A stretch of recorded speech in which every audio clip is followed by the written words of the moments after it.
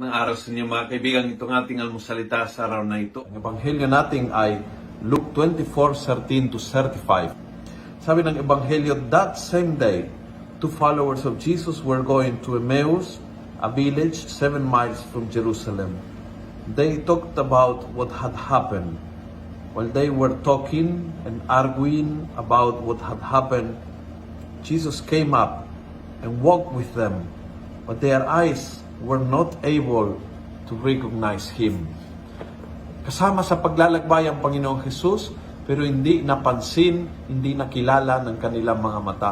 Mga mata nila ay nakatutok sa mga nakaraang problema, nakaraang pagsubok, nakaraang disaster, nakaraang disgrasya na nangyari sa kanila. Ang pagkahuli, pagtorture, pagkamatay ng Panginoong Jesus. Ang kanilang mata ay nakatingin sa nakaraan, sa mga painful na nakaraan, sa mga nakakatakot na nakaraan, sa mga nakakilakilabot na nakaraan. At yung mga mata nila na sobrang nakatutok sa nakaraan na masakit, ay hindi nakikita ang magandang kasalukuyan. Jesus walking with them, alive.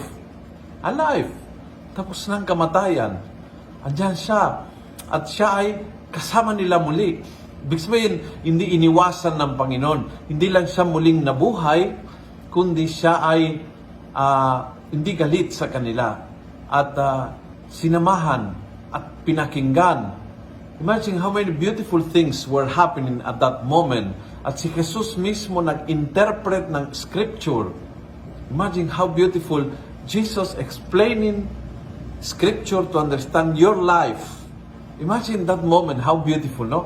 Ikaw ay talagang problemado, dumating ang Panginoong Jesus kasama sa paglalakbay, tinuruan kung paanong makita ang nangyari sa buhay mo sa pamamagitan ng banal na kasulatan. Oh, so many beautiful things were happening, pero hindi nila nakilala dahil ang kanilang mga mata ay nakatutok sa painful na nakaraan.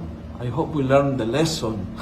Kapag lagi nakatutok sa painful na nakaraan ng ating mga mata, mamimiss po natin ang mismong buhay ng Panginoon with so beautiful challenges and blessings na dala niya sa buhay natin. Kung nagustuhan mo ang video ito, please pass it on. Click a share. Go to group chat. Share in your page. Punuin natin ang good news sa social media. Gawin natin viral araw-araw ang salita ng Diyos. God bless.